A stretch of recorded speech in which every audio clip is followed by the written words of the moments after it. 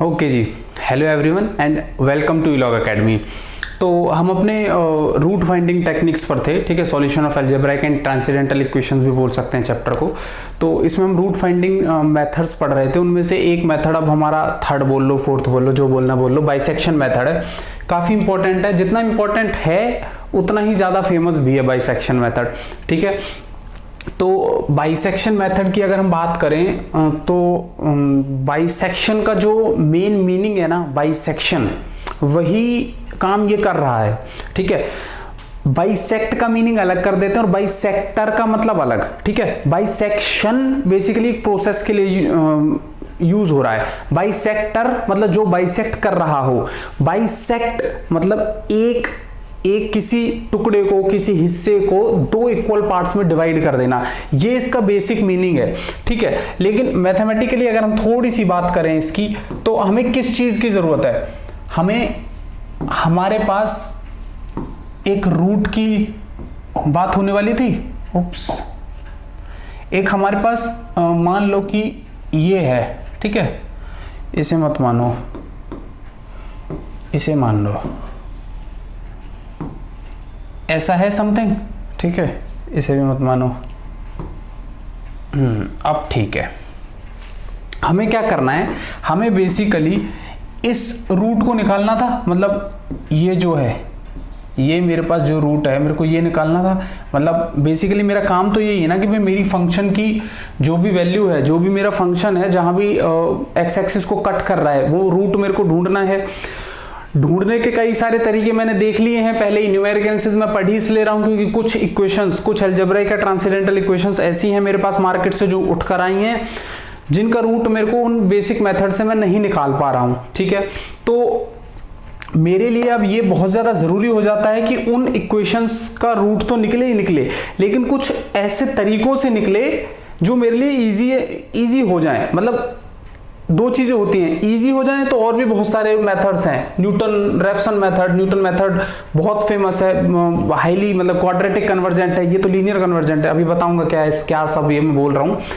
लेकिन पहली चीज तो ये कि भाई मेरे को रूट मिले ही मिले, एक ऐसा मेथड लाओ मार्केट में कि भाई नहीं, ये क्वेश्चन है मेरे पास, इसका रूट मेरे से नहीं निकल रहा था, मैं बचपन वाला क्वाड्रेटिक फॉर्मूला लगा रहा था, उससे नहीं रूट निकल रहा, या और भी जो भी मेरे पास ट्रिक्स वगैरह थी उनसे भी मेरी बात नहीं बन रही। तो मेरे को एक ऐसा मेथड दो जिससे रूट आए ही आए, तो फिर ये काम आ गया बाइसेक्शन मेथड। अब मेरे पास, हाँ, अब मेरे को रूट मिलना ही मिलना है, चाहे कुछ भी हो जाए। अब मेरे को रूट मिलेगा ही मिलेगा, ठीक है। ठीक ही होगा, मुझे पता है। देखो, अब मैं मान लेता हूं कि ये जो रूट है ना, ये जिस इंटरवल में लाई कर रहा है, पहली चीज तो ये कि उस इंटरवल को ढूंढा जाता है। यहां पे देखो, मैंने वर्किंग यहां पर है, ठीक है, कि सबसे पहले वो इंटरवल ढूंढा जाता है जहां पर रूट लाई कर रहा है, ठीक है। फिर उस इंटरवल को स्प्लिट किया जाता है इन टू पार्ट्स, ठीक है। इसको ही बोलते हैं बाइसेक्ट। यहां पर यूज हो गई ये डेफिनेशन बाइसेक्ट, कि इसे दो पार्ट्स में डिवाइड कर लो। इसको बोल रहा हूं मैं पी, मतलब जिस हिस्से को वो डिवाइड करके आ रहा है, जो वो पॉइंट आ रहा है। फिर उसके बाद ये डेफिनेशंस हैं, ये अभी आप समझोगे इसके साथ, ठीक है।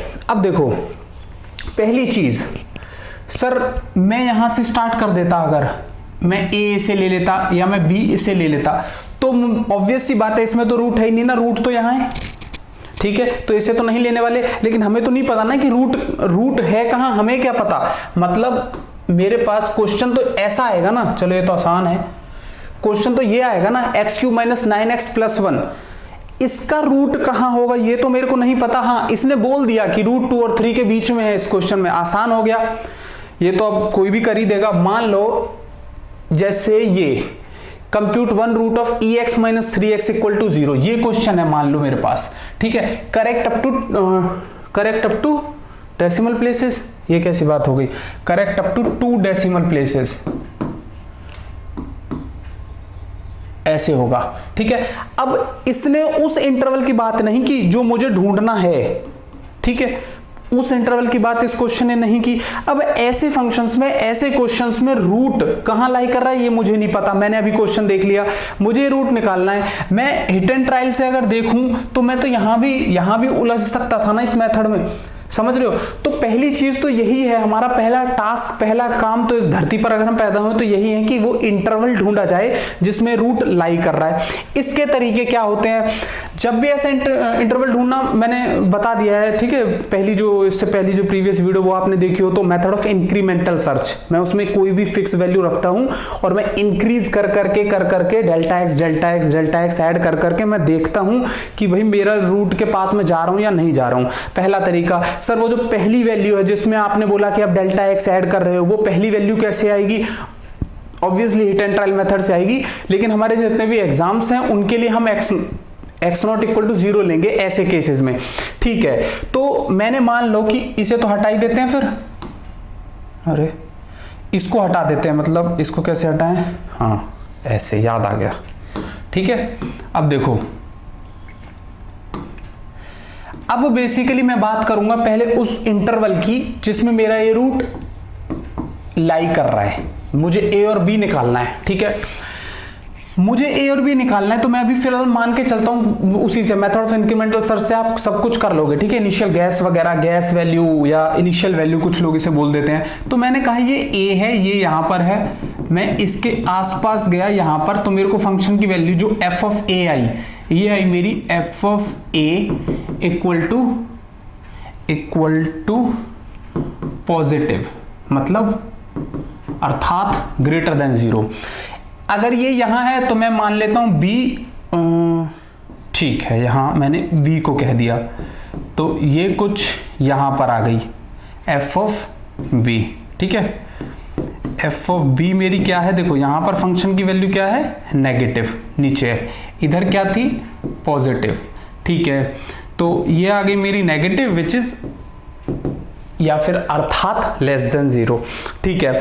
अब देखो हो क्या रहा है कि मेथड ऑफ इंक्रीमेंटल सर्च से या गैस से या इनिशियल से मैंने ये इंटरवल तो निकाल लिया कि भाई मेरे को जो भी चाहिए था वो मिल गया, ठीक है। अब दूसरा स्टेप अगर अब हम बात करें, बाइसेक्शन का काम क्या होता है, बाइसेक्ट करना, बाई काम वाली बाई नहीं बाई मतलब ये और ये, इसको, इस लेंथ को दो हिस्सों में बांट देना, दो हिस्सों में काट देना बराबर बराबर। ऑब्वियसली इसका मतलब मिड पॉइंट जैसी हालात की बात कर रहा है, मतलब a प्लस बी बाय 2, ठीक है। मैं इसको बोल देता हूं p बोल दूं या फिर मैं p1 बोल दूं कि मेरी जो फर्स्ट जो ऐसा पॉइंट आएगा वो मेरा ये आ गया, कुछ मान लेता हूं मैं a और b के बीच में ये कुछ ऐसा पड़ रहा है, ठीक है, बीच जैसा लग रहा है कुछ, ठीक है, मान लेते हैं ये है, ठीक है। तो ये है मेरा P1 और ये है क्या, मेरा P1 है मेरा a प्लस बी बाय 2।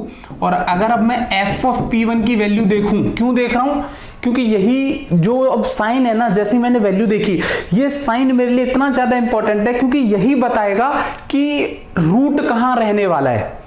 देखो मेरे को करना क्या है, मेरे पास इतनी बड़ी लेंथ थी, मेरे पास ये था ए बी, ये था ए और ये था मेरे पास बी। मेरे को क्या करना था, मेरे को रूट के पास जाना था, रूट था मान लो मेरा यहां पर, ठीक है। तो मेरे को क्या करना है, जितनी ज्यादा मेहनत होगी मेरी इस इंटरवल को रिड्यूस करने में, वो मेरे लिए अच्छी चीज है, समझ रहे हो। तो मेरा काम यह है कि मैं इस इंटरवल को रिड्यूस करता रहूं, दुखों को, पहाड़ों को, मुश्किलों को, सबको मैं कम करता रहूं। कैसे करूंगा, धीरे धीरे, पेशेंस के साथ। मतलब इसको मैं यहां लाऊं, फिर मैं यहां लाऊं, फिर मैं यहां लाऊं, ऐसा ना हो यहां ना आ जाऊं मैं, क्योंकि मेरे को पता है यहां रूट नहीं है, तो या तो ऐसे आ जाऊं, समझ रहे हो ये चीज, मतलब मैं और पास आता रहूं। मैंने यही काम किया, मैं जब P1 पे आया तो मैंने f ऑफ P1 आया, अब f ऑफ P1 पे मैंने साइन को देखा और साइन मेरा था अच्छा मतलब वही जो हमने बचपन से सीखा है, ठीक है। तो यहां पर मेरा जो f ऑफ P1 है वो क्या है, नेगेटिव, अर्थात लेस देन 0। अब ये चीज भी अब आपको क्लियर होनी चाहिए भाई कि जो वो थ्योरम है ना, कौन सी वाली, बचपन में देखी थी, लाल चड्डी पहनती थी intermediate value theorem. Intermediate value theorem क्या है कि अगर आपको मतलब इसका एक एप्लीकेशन है कि भाई अगर फंक्शन पॉजिटिव है और यहां अगर फंक्शन नेगेटिव है ऐसे, तो एक ये रूट जरूर देगा इसके बीच में। मतलब अगर मैं fa.fb मुझे मिल जाए लेस देन 0, तो मेरा जो रूट है इसका मतलब क्या है कि रूट यहां जरूर लाई करेगा, जरूर एग्जिस्ट करेगा। ऑब्वियसली हम इसी के बिहाफ पर तो आगे बढ़ रहे हैं, रियल एनालिसिस का इतना तो जरूरत पड़ेगा, न्यूमेरिकल एनालिसिस की बात चल रही है, ठीक है। तो फिर अगर मैं अब आगे बात करूं किस चीज की, उप्स, अरे छोटी सी इरेजर, बड़ी चाहिए हमें, ज्यादा नहीं, ओके ठीक है। इधर देखो अब हम क्या कर रहे हैं कि भाई हमें इंटरवल कम लाना है, ठीक है। मैंने P1 देखा, मेरा P1 आया, अब P1 ने काम क्या किया, नेगेटिव हो गया, ये पॉजिटिव हो गया। जब भी f ऑफ a और f of b less than 0 होंगे तब रूट लाई करेगा। मेरा f ऑफ a क्या था, पॉजिटिव, f ऑफ P1 क्या है, नेगेटिव। इसका मतलब ये बात क्लियर सी नहीं हो गई आज कि f of a dot f of P1 ये मेरे लेस देन 0 होंगे, बताओ क्लियर हुई या नहीं हुई। f ऑफ a मेरा और f of P1 less than 0 हुआ, मतलब बेसिकली यही कहीं रूट लाई करेगा, ये क्लियर हो गया। अगर मैं f ऑफ P1 और f ऑफ b की बात करता, अगर मैं f ऑफ P1 और f ऑफ b की मैं बात करता, तो ये क्या था, पॉजिटिव, ये क्या था, पॉजिटिव, सॉरी ये क्या था, नेगेटिव, और ये क्या था, नेगेटिव, तो ये क्या आ जाएगा, लेस देन 0, सॉरी ओ भाई रेज, नेगेटिव पॉजिटिव, तो ये बेसिकली क्या हो गया, ग्रेटर देन 0 हो गया, है ना। f ऑफ P1 भी और f ऑफ b भी अगर दोनों नेगेटिव, तो ग्रेटर देन 0 और ग्रेटर देन 0 पर रूट नहीं लाई करेगा। तो इसका मतलब ये चीज क्लियर हो गई आज कि इस इंटरवल में, इस जगह पर मेरे को रूट मिलने वाला है नहीं। तो मैंने बेसिकली क्या किया, मैंने जो इतना बड़ा इंटरवल था ना, मैंने इसको छोटे हिस्से में डिवाइड कर दिया। समझ रहे हो ये बात या नहीं, इतनी चीज समझ में आनी चाहिए। अगर इतनी आ गई तो काम पूरा ही आ गया, पूरा का पूरा बाइसेक्शन मेथड ही समझ आ गया मेरे हिसाब से तो। क्योंकि अब ये क्या कहता है, अब कहता है कि अब ये जो P1 है ना, इसको नया B मान लो, और ये जो A था इसको ऑब्वियसली A न्यू बोलो या कुछ भी बोल दो, मत भी बोलो। अब हम जब ये BSc में होता है तो यहाँ पर A न्यू वगैरह करके हम समझा सकते हैं बच्चों को, लेकिन अब हायर लेवल में मानता हूँ तो इतना तो ऑब्वियसली आप समझ ही सकते हो कि अगर P1 की बात हो रही है ना, ये जो P1 है, तो अब आप इसको B मान लोगे नेक्स्ट, मतलब तो अब आप इसको भूल ही जाओ ना, ये अब आपका B है, ये अब आपका ये था ही था। A पर फंक्शन पॉजिटिव, P1 पर नेगेटिव, बेसिकली B पर। तो अब हम फिर आगे ऐसे ही चलेंगे, ठीक है। आगे हम क्या किया, अब हमने आगे हमने A और B इसके बीच का फिर से, मतलब अब हमने क्या किया, उप्स, इतनी बड़ी इरेजर कैसे हो जाती है, कभी कभी डरा देती है। देखो अब हमने क्या किया, अब हमने a प्लस P1 जो कि B हम जिसे बोल रहे हैं अब जो नेक्स्ट वाला, तो अपॉन 2 किया, इससे हमारा आया क्या, ये हमारा P2 दे रहा है, ठीक है। तो जो भी आएगा a प्लस B, मैं इसको मान लूं यहां कहीं आएगा, ठीक है, यहां आया। अब मैंने यहां पर क्या किया, f ऑफ P2 का मैंने साइन देखा, f ऑफ P2 मैं इसका साइन देखने जा रहा हूं, ये आया, और मतलब ये यहां आया, ठीक है। तो ये मेरा आया पॉजिटिव और ये मेरा आया ग्रेटर देन 0। अगर ये ग्रेटर देन 0 आया, देखो, और f ऑफ a क्या था, वो भी ग्रेटर देन 0 था, इसका मतलब ये तो ग्रेटर देन 0 हो जाएगा अगर इन दोनों का प्रोडक्ट करूं। तो इसका मतलब अब मेरा जो रूट है वो यहां नहीं लाई करने वाला है, ये चीज क्लियर है। लेस देन में लाई करेगा ना, ये जो है मेरा, ये जो मेरा पॉइंट है P2 है, ये इधर, ठीक है, P2 Z सा लग रहा है, ठीक है। तो इसका मतलब बेसिकली क्या हो गया, अब इरेजर छोटी हो गई और अब ये बड़ी नहीं हो रही, ठीक है, ये हो गया बस देखो, उप्स, बड़ी हुई थी अभी, है ना देखो ठीक है, कहां थे, P2 पर थे। हमारा जो P2 आया, अब f ऑफ P2 मैंने देखा कि मेरा पॉजिटिव है, अर्थात ग्रेटर देन 0 है, और मेरा f ऑफ P1 मतलब जो कि मेरा B था, मैं बेसिकली अब इसे B बोलूं, तो ये मेरा नेगेटिव था, ये लेस देन 0 था। इन दोनों का अगर मैं प्रोडक्ट देखूं तो positive into negative less than 0। तो बेसिकली अब ये बात जग जाहिर होती जा रही है धीरे धीरे कि जो मेरा रूट है ना, या तो P2 में और या P1 में, इन दोनों में लाई करेगा, समझ रहे हो। मतलब अब मेरा रूट इसके अंदर लाई करेगा, ऑब्वियसली लाई तो कर ही रहा है ना। अब मतलब अब मुझे और पता चलता जा रहा है कि पॉजिटिव और नेगेटिव तो इन दोनों के बीच में ही लाई करेगा, उसी में है। तो मैंने बेसिकली इंटरवल को और छोटा कर दिया। पहले इंटरवल इतना था, इधर का साइड का कट गया, अब इधर साइड का कट गया। अब मैं इन दोनों के बीच में आऊंगा, ठीक है। अब वही काम होगा फिर से, P1 प्लस P2 अपॉन 2, या फिर मैं बोलूं ये जो P1 है जो B है और P2 है एक नया A है, ठीक है। तो मतलब B प्लस A बोल दूं मैं इसमें, है ना, B plus A bye 2। P1 मेरा क्या है B, और P2 को मैंने अभी नया A मान लिया। समझ रहे हो, हर बार ऐसे ही ध्यान रखना आपको कि अब आपका नया A आ गया, नया B आ गया क्वेश्चन को सॉल्व करते टाइम। लेकिन कॉम्पिटिटिव में ध्यान रहे, इतना कुछ ध्यान नहीं रहेगा आपको, मतलब इतने पे जोर नहीं डालना, आपने सीधा ऐड करके डिवाइड बाय 2 और आगे बढ़ना है। आप थोड़ी ना वहां पर A न्यू आ रहा है, B न्यू आ रहा है वगैरह वगैरह, इस झंझट में थोड़ी ना पड़ोगे। हाँ, सब्जेक्टिव अगर होगा तो आपको थोड़ा सा और डिटेल देनी पड़ेगी, मैडम ये A न्यू है, वरना मैडम मार्क्स काट लेती हैं कि सर ये A न्यू है वगैरह वगैरह, ठीक है। ठीक है, आगे बढ़ते हैं। आगे क्या है, आगे कुछ नहीं है। अगर हम बोले P1 प्लस P2, अब इन दोनों का हाफ मैं कह देता हूं यहां कहीं आ रहा होगा, ठीक है। तो अब बेसिकली मैंने ये यहां ले लिया, इसको मैं P3 बोल दूंगा। आप पॉइंट समझ गए ना मेरा भाई, मैं और छोटा हो गया, मतलब बेसिकली अब मैंने ये वाला भी काट दिया, इसमें कुछ नहीं होने वाला क्योंकि ये नेगेटिव और ये पॉजिटिव है, तो अब मेरा रूट इसी के बीच में होगा। फिर मैंने इन दोनों को लिया, इन दोनों को, तो फिर से मेरा क्या आएगा, फिर से मेरा इन दोनों के बीच में यहां कहीं आएगा, तो ये पॉजिटिव, ठीक है ना, ये यहां पर ये पॉजिटिव इस बार, तो पॉजिटिव और नेगेटिव इन दोनों के बीच में। अब ठीक ऐसे ही ना, मैं जितना चाहूं, जितना भी चाहूं, जो भी मेरी रूट होगा ना, मैं उस जितना भी मुझे रिक्वायर्ड रूट होगा मैं उतना पास जा सकता हूं। समझ रहे हो, ये बात समझने लायक है कि मैं ये डिपेंड करता है मुझ पे कि अप टू कितने डेसिमल प्लेसेस या अप टू कितने सिग्निफिकेंट फिगर्स मुझे रूट चाहिए मेरा, तो मैं अकॉर्डिंगली उतनी आइट्रेशंस करूंगा। यहां पर ठीक है 5-6 आइट्रेशंस में दिख रहा है मैं और पास हो रहा हूं, लेकिन ऑब्वियसली न्यूमेरिकल एनालिसिस का मतलब ही ये है कि आप और भी पास जा सकते हो ना। ये अगर आपका रूट है, ये है, ठीक है। अब इसमें जो एनालिसिस वाला वर्ड है वो काम आ रहा है हमारे कि मैं और जितना पास चाहूं उतना जा सकता हूं ना, कोई फिक्स नंबर तो है नहीं यहां पर।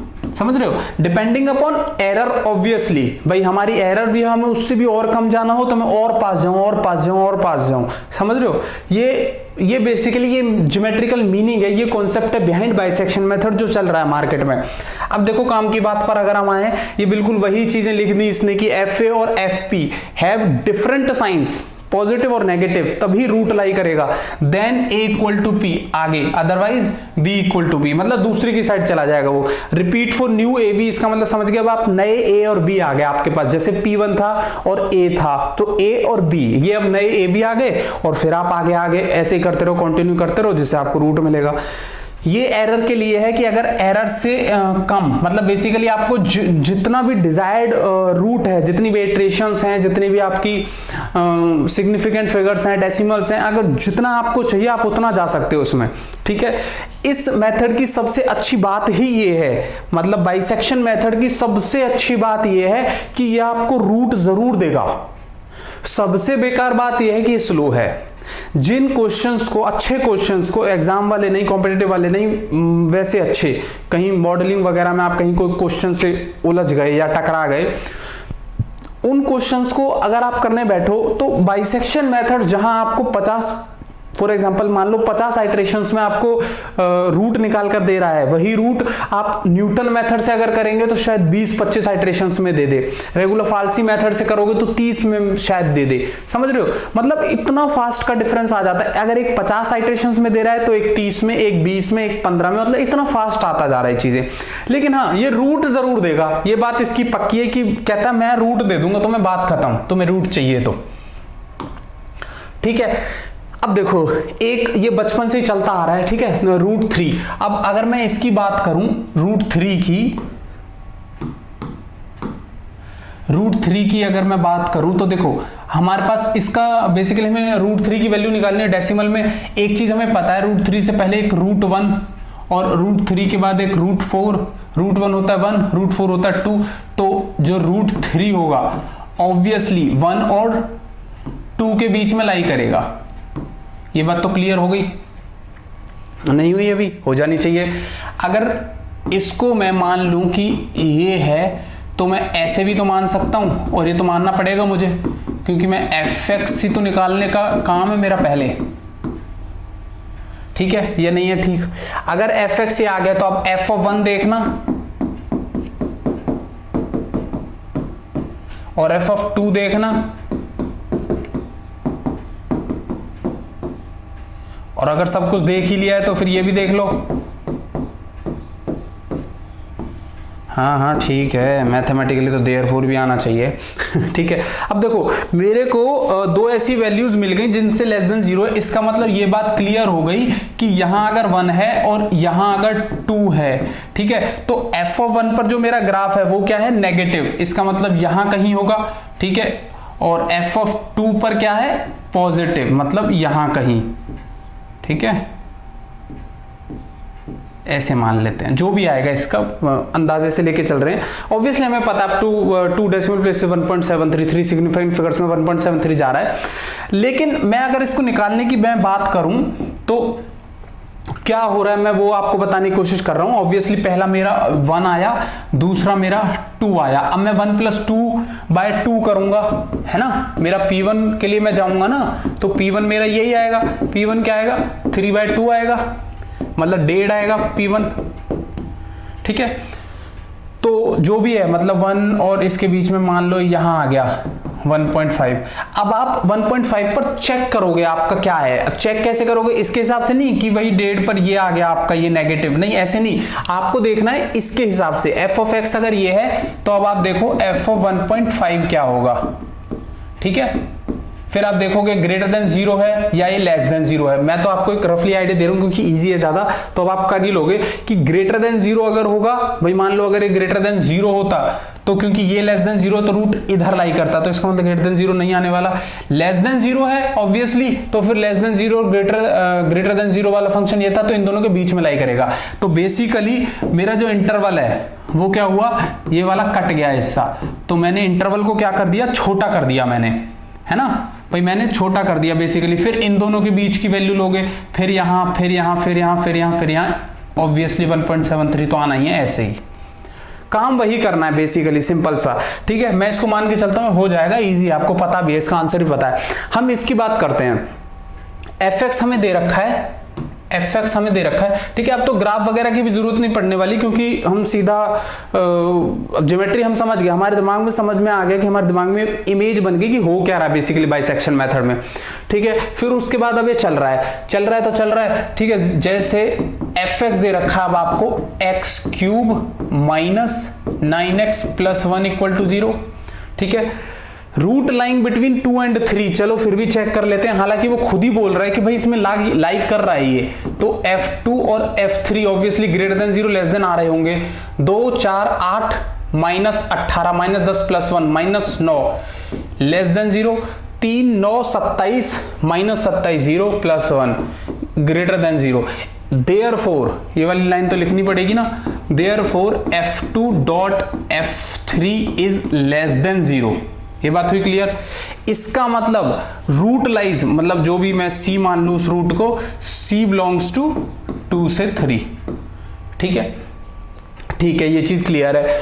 करेक्ट टू 3 सिग्निफिकेंट फिगर्स भी बोल दिया इसने, ठीक है, हमने मान भी लिया।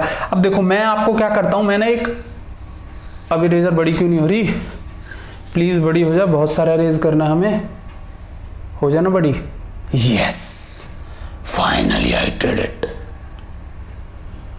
अब ज्यादा बड़ी हो गई ना थोड़ा सा और इरेज करा है व्हाइट वाले को। यस अब देखो मैं क्या कर रहा हूं, मैं आपका ना एक चार्ट टाइप बना रहा हूं, ठीक है। देखो ये क्या लिख रहा है, n की वैल्यू यहां ले लो आप, an की वैल्यू ले लो, bn की वैल्यू ले लो, यहां पर अब आप pn + 1 ले लो, जो कि an + bn/2 है। फिर आप f ऑफ pn + 1 ले लेना, ठीक है। ये बात हुई क्लियर है नहीं, ठीक है जी, ये चीज क्लियर है। अब देखो n ऑब्वियसली हम 0 वाले स्टेप, मतलब फर्स्ट स्टेप बेसिकली कुछ भी बोल लो इसको, a0 और b0 वो हमें दे रखा है 2 और 3, ठीक है, 2 और 3। अब मैं पी एन की वैल्यू 0 ली तो मेरा P1 आने वाला है। P1 क्या आएगा, A0 प्लस B0 मतलब 2 प्लस 3/2 मतलब बेसिकली 5/2 मतलब 2.5। ठीक है, अब मैं निकालूंगा f ऑफ P1 मतलब f ऑफ 2.5। f ऑफ 2.5 मतलब इसमें डलेगी जी वैल्यू। ठीक है, ये चीज ध्यान रखना। fx है आपका x³ minus 9x plus 1 equal to 0 मतलब fx है x³ माइनस 9x प्लस 1। तो अगर मैं f ऑफ 2.5 निकालूं तो इसका मतलब समझ गए ना, 2.5 का क्यूब माइनस 9 इंटू 2.5 प्लस 1 ये। ठीक है, ये आएगी क्या, मैं सीधा सीधा चीटिंग करके लिख देता हूं, माइनस 5.8 आएगी। ठीक है,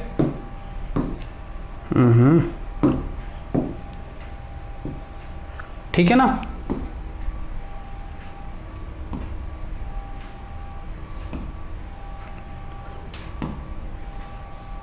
ठीक है, अब देखो ये चीज क्लियर हुई। अब देखो गेम फिर से वही कि मेरे पास ए एन था, बी मतलब A0 था, B0 था। A0 पर मेरी वैल्यू क्या आ रही थी, मैंने देखी थी ना, A0 पर f ऑफ 2 पर क्या आ रहा था, f ऑफ 2 2 दूनी 4 दूनी 8 माइनस 18 माइनस 10 प्लस 1 माइनस 9 मतलब लेस देन 0 आ रहा था मेरा। और f ऑफ 3 पर इसका मतलब ग्रेटर देन 0 आ रहा था। ठीक है, ये चीज थी। अब मैं अगर बात करूं f ऑफ 2.5 की, ये आई मतलब 2.5 पर जो मेरी वैल्यू आई वो आई माइनस 5.8। ठीक है, 2.5 पर माइनस 5.8। अगर मैं अब एक रफली ऐसे ग्राफ बना दूं इसी के ऊपर ऐसे, ठीक है, तो हमारा चल क्या रहा था, 2 पर हमारा था नेगेटिव। ठीक है, x की वैल्यू ये 2 मान लो, इधर 3 मान लो। 2 पर जो मेरा ग्राफ था वो था नेगेटिव, मतलब कुछ ऐसे होगा इसका मतलब ग्राफ। 3 पर मेरा पॉजिटिव था, ये था।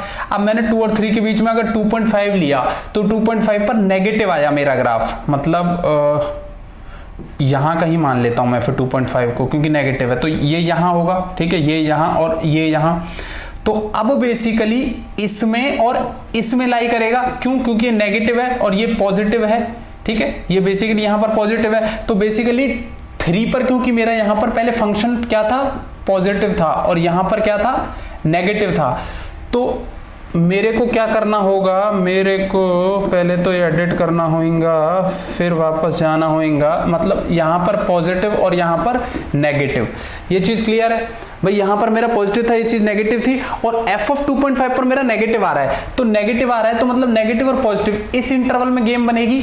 बेसिकली मैं जाऊँगा अब मैं जाऊँगा यहाँ से 2.5, फर्स्ट इटरेशन जो आएगी मेरी 2.5 से 3, इन दोनों पर बात बनेगी। क्यों, इसमें मेरा क्या है, इसमें मेरा फंक्शन है नेगेटिव और इसमें मेरा फंक्शन है ही पॉजिटिव। तो नेगेटिव और पॉजिटिव में तो रूट लाई करने वाला है ना भाई, ये चीज तो क्लियर है, नेगेटिव और पॉजिटिव में रूट लाई करेगा। अब फिर से पी एन की वैल्यू क्या है, 1 है, तो P1 प्लस 1 मतलब P2, और ये बेसिकली A1 प्लस B1 है ना। A1 क्या है, 2.5 प्लस 3, 2.5 प्लस 3/2, 5.5/2। ये आप एग्जैक्टली कोई एरर ना हो इसलिए मैं लिख देता हूं। ठीक है, 2.75। अब मेरे को वैल्यू निकालनी पड़ेगी f ऑफ 2.75 पर। ठीक है, f ऑफ 2.75 पर, ठीक है, f ऑफ 2.75 पर आपकी वैल्यू आएगी -2.9। ठीक है, -2.9। ये बेसिकली इस पर आई। ठीक है, इस पर मेरी वैल्यू इस पर नेगेटिव आई और इधर पॉजिटिव थी ही, तो मैं बेसिकली 2.75 फिर से लूंगा, यहां पर नेगेटिव और यहां पर पॉजिटिव है ना, 3 तो रहेगा ही रहेगा ना, समझ रहे चीज नहीं। 2.75 लूंगा मैं इसका मतलब, और यहां पर मेरा 3 था ही, ये मेरी सेकंड आइटरेशन के पॉइंट होंगे। अब मेरा ये a न्यू और ये b न्यू, मतलब तो 3 चल ही रहा है, तो ये बेसिकली मेरा 2.75 a न्यू बन जाएगा। तो फिर से वही p3 अगर मैं आइटरेशंस निकालूंगा तो 2.75 प्लस 3, 2.75 प्लस 3/2, ये आपका बन जाएगा 2.88, ये आपका बन जाएगा जी 2.88। अब मैं f ऑफ 2.88 की वैल्यू जो मैं निकालूंगा वो वैल्यू आ रही है आपकी -1.03। ठीक है, -1.03।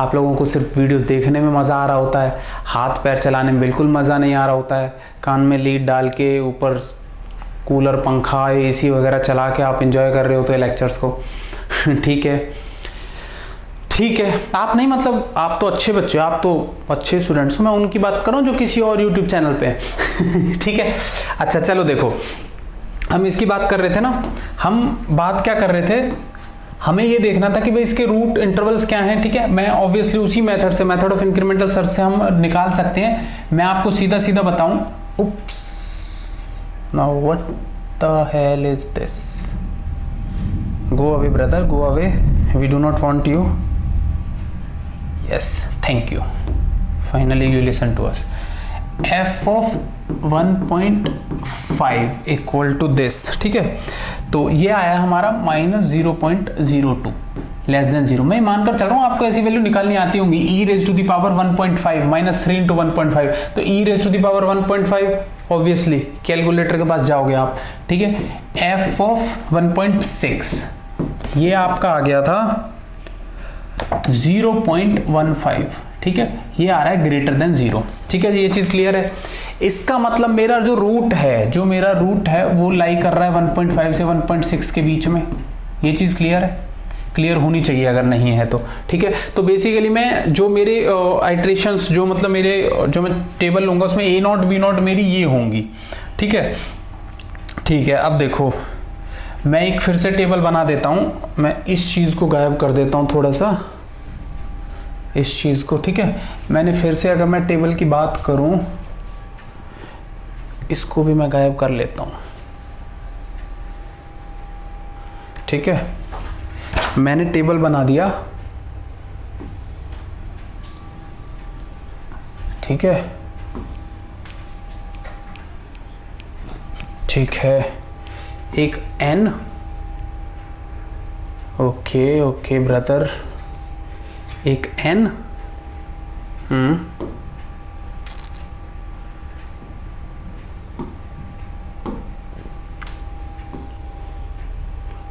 ठीक है, और ये क्यों है, हम स्ट्रेट लाइन बना रहे हैं तो ये भी नहीं रिकॉग्नाइज कर पा रहा बावले। हाँ, अब तो कर दिया रिकॉग्नाइज, इसे भी कर दिया। N naught a n b n, फिर ये आ गया पी एन प्लस 1 और फिर ये आ गया एफ ऑफ पी एन। ठीक है ना, ठीक है। अब देखो एन के बाद ये कॉलम हमारा ए एन का, ये कॉलम बी एन का, ये कॉलम पी एन प्लस 1 का, A N plus B N by 2, ये चीज़ आपको पता ही है क्या हो रहा है यहाँ पे। फिर यहाँ पर f of p n plus 1। ठीक है, ये चीज़ क्लियर होनी चाहिए जी। अब देखो मैं क्या करता हूँ, वही वाला गेम है मेरे पास, इसको भी मैं बना ही देता हूँ एक बार।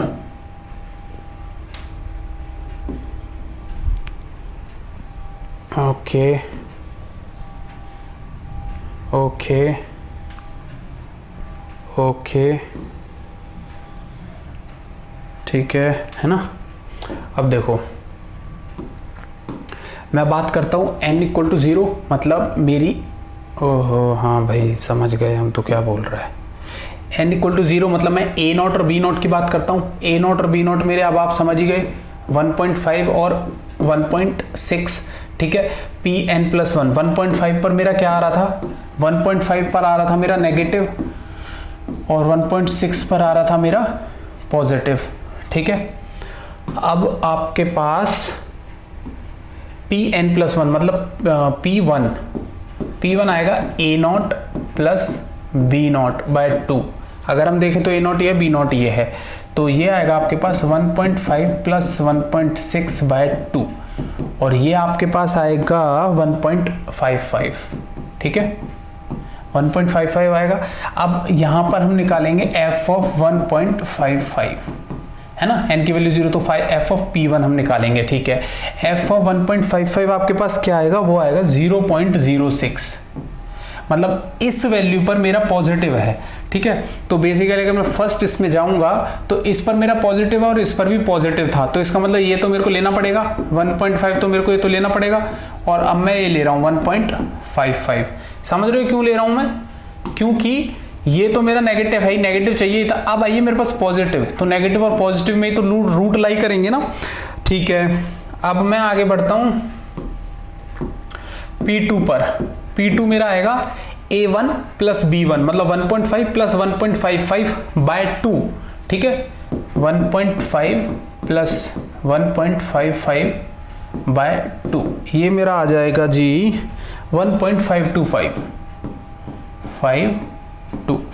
ये चीज क्लियर है? ऑब्वियसली होगी 1.525 इक्वल टू, ठीक है जी, इक्वल टू के बाद अब मेरा आ गया ये 0.02, मतलब मेरा ये भी पॉजिटिव आया।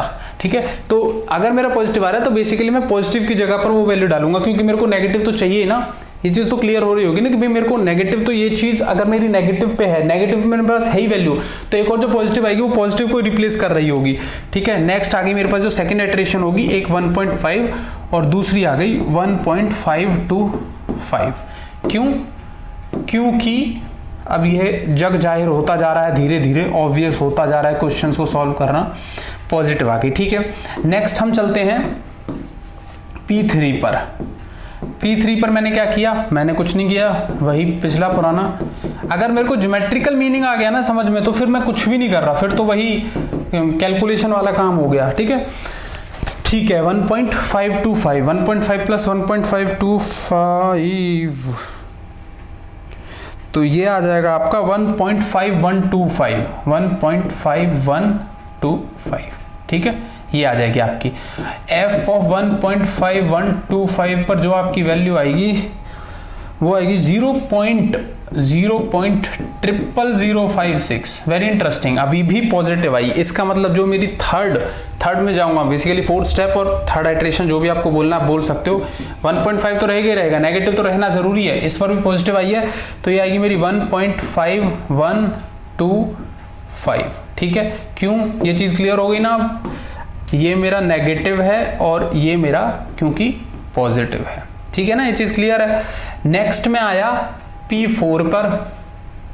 अब आप सबको पता चल ही गया होगा कि P4 पर मैं क्यों आया, क्योंकि मेरे को अब ये करना था 1.5 plus 1.5125 divided by 2 equal to की वैल्यू आ जाएगी आपकी 1.5062।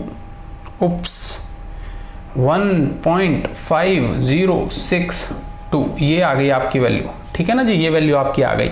ठीक है, तो इसका मतलब f ऑफ 1.5062, ठीक है,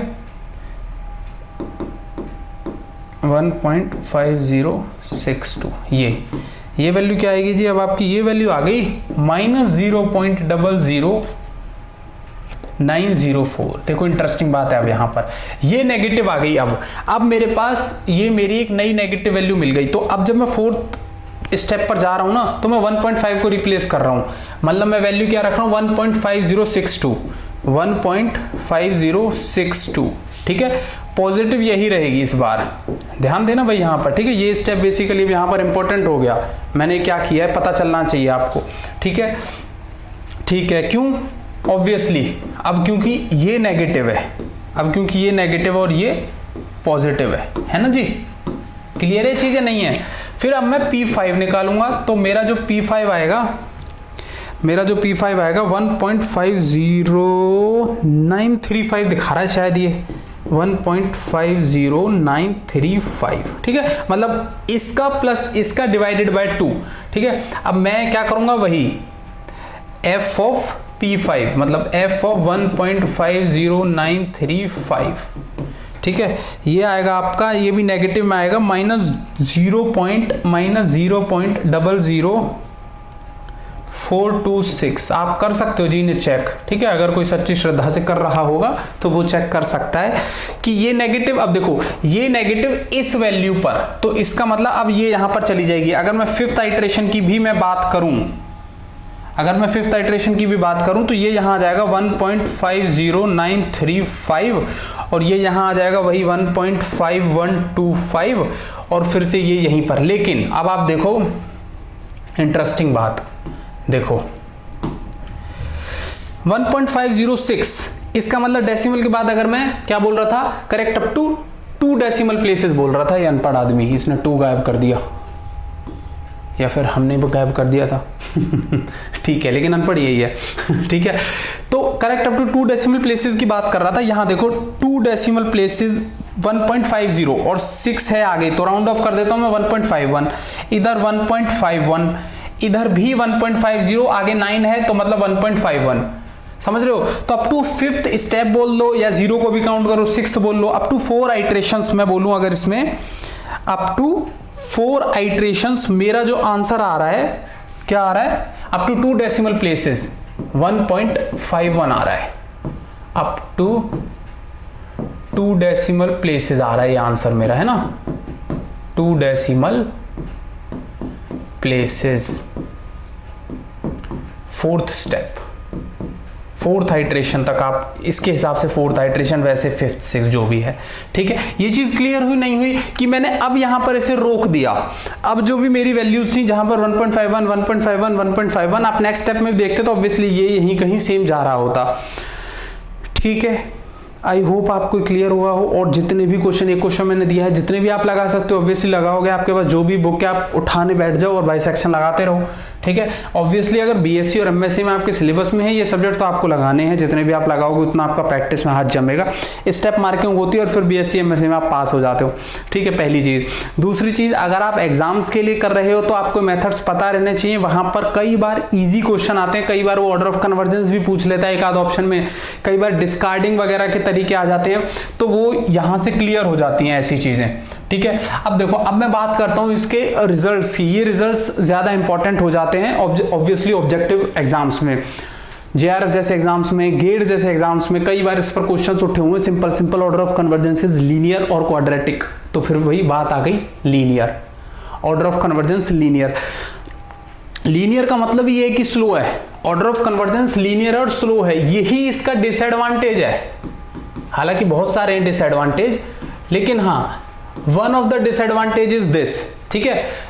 ये भी एक तरह से हमारे डिसएडवांटेज ही है कि function must be real and continuous, मतलब फंक्शन मस्ट बी कॉन्टिन्यूअस। अगर देखा जाए, अगर आप सोच कर देखो, अगर मैं फंक्शन को डिसकॉन्टिन्यूअस ले देता, मान लो ये यू जा रहा है, ठीक है, और मैं इसको गैप दे देता, मैं मान लो इसको गैप दे देता, ये ऐसे मान लो मैं दे देता कि फंक्शन डिसकंटिन्यूअस है, तो आपको पहले ये रूट दिया जाता और फिर ये रूट दिया जाता। इस रूट पे आपको मान लो कि भाई आंसर मिल रहा है, ठीक है, आपको इस पर और इस पर आपको इंटरवल तो पता चल गया ना, ठीक है, इस पर आपको इंटरवल पता चल गया, लेकिन अगर आप अगली वैल्यू लोगे या ये, तो इस पर तो आपको वैल्यू नहीं मिलनी, ग्राफ की फंक्शन की वैल्यू नहीं मिलनी, तो बेड़ा गर्क हो जाएगा। इसलिए आपका फंक्शन जरूरी है कि यहां पर आपका जो फंक्शन है कॉन्टिन्यूअस होना ही होना चाहिए, ठीक है। लीनियर है, इसकी हम न्यूटन मेथड आगे देखेंगे, न्यूटन रेफसन मेथड, उसकी जो ऑर्डर ऑफ कन्वर्जेंस है वो क्वाड्रेटिक है, ये लीनियर है, ठीक है, ध्यान रखना। मैं इसमें नहीं जा रहा कि लीनियर क्यों है, ऑर्डर रेट ऑफ कन्वर्जेंस, जो ऑर्डर ऑफ कन्वर्जेंस है ना इसकी लीनियर क्यों है, मैं इस पर नहीं जा रहा हूं। क्यों नहीं जा रहा हूं? क्योंकि डेरिवेशन का काम हो जाता है वो, और फिर वो लेंथी काम हो जाता है, सब्जेक्टिव में काम आ जाता है, ऑब्जेक्टिव कंपटीशन के लिए इसकी जरूरत नहीं है, ठीक है। मेथड इज ऑलवेज कन्वर्जेंट, ये इसका एडवांटेज है। कोई आपसे किसी दिन पूछ ले कि एडवांटेज क्या है, ये है जी इसका एडवांटेज, कि ये पक्की बात है कि आपको कन्वर्जेंस ला कर देगा, आपको रूट दे देगा, ये कन्वर्जेंट है, ठीक है। इसकी ये जो अप्रोक्सीमेशन हम निकाल रहे हैं ना, इनफैक्ट मैं आपको एक और इंपॉर्टेंट चीज बताऊं, ये जो आप P1 P2 P3 P4 P5 निकाल रहे हो, ये भी एक सीक्वेंस ही फॉर्म करता है। हमने रियल एनालिसिस में देखा था ना, P1 P2 P3 dot dot dot dot dot Pn तक, ये एक सीक्वेंस फॉर्म करता है, और एक ऐसा सीक्वेंस है जो कन्वर्जेंट होता है, ठीक है, कन्वर्जेंट सीक्वेंस है ये, ठीक है।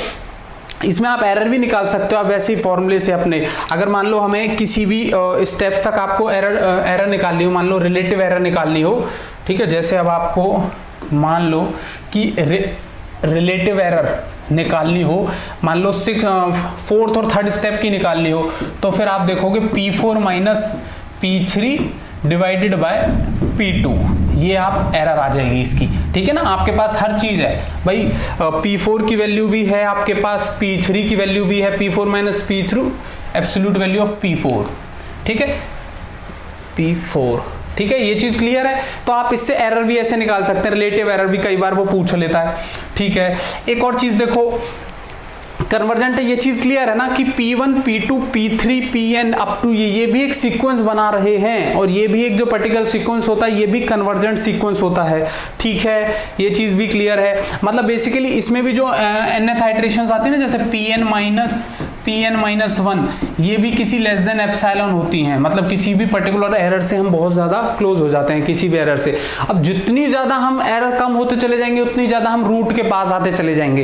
ये चीज भी इमेजिनेशन वाला गेम है ये, कि जितने भी हमारी एरर कम होती जाएगी इसकी हम उतना रूट के पास होते चले जाएंगे। ठीक है, अब देखो ये कितना इंपॉर्टेंट पॉइंट है कि root exists but fa.fb may not be less than 0। कितना इंटरेस्टिंग है ना ये भी, कि हो तो सकता है कि रूट एग्जिस्ट करे, लेकिन ऐसा जरूरी नहीं है कि fa और fb 0 ही हो। इंटरेस्टिंग है ये बात, आप सोचना चाहो तो सोचना चाहिए आपको।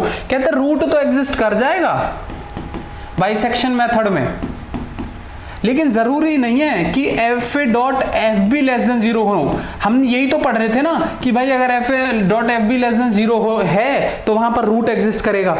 ठीक है, लेकिन उल्टी बात कर रहा है, मतलब बेसिकली रूट एग्जिस्ट कर जाएगा। जैसे इसमें देखो, अगर आप ये रूट क्या है, ये वाला पॉइंट रूट है। अब आप a मान लो कुछ भी, b मान लो कुछ भी, fa क्या है पॉजिटिव, fb क्या है पॉजिटिव।